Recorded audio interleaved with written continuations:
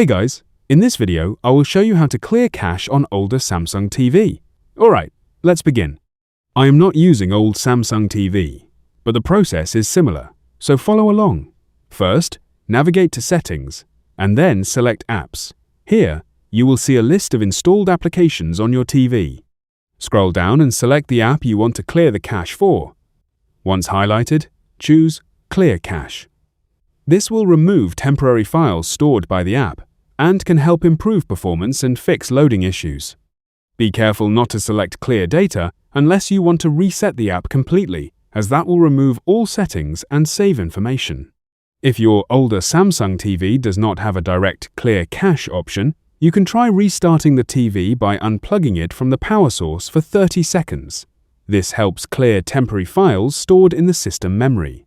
So that's basically how you can clear cache on older Samsung TV. That's it for this video. Thanks.